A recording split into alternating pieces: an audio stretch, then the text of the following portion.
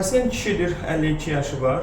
Deməsinə görə bir neçə klinikada olubdur və xəstə çətinlik çəkir ki, yekun qərar versin. Əməliyyat buna lazımdır yoxsa yox? Çünki baldır nahiyəsində qaralma və qaşınma var.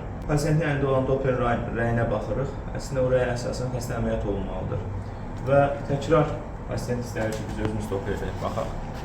Etdiyimiz Doppler müayinədə gördüyümüz vəziyyət nədir? Damarda qanın geri axını dediyimiz problem var. Bu damar, qızaran damar. Amma onun ölçüsü çox kiçikdir. Əməliyyat etmək bu qaralmaya bir zərrə fayda verməz. Ona görə də bununla məşğul olacaqdır inşallah. Yəni həkimi damara görə isə 52 yaşı var, bir daha deyirəm. Damar ölçüləri sağlam olduğu üçün içəridə sadəcə aparatda qüsur aşkarlanır. Sağlamlıq baxımından bir problem yaratmayacaq olan ölçülərdədir.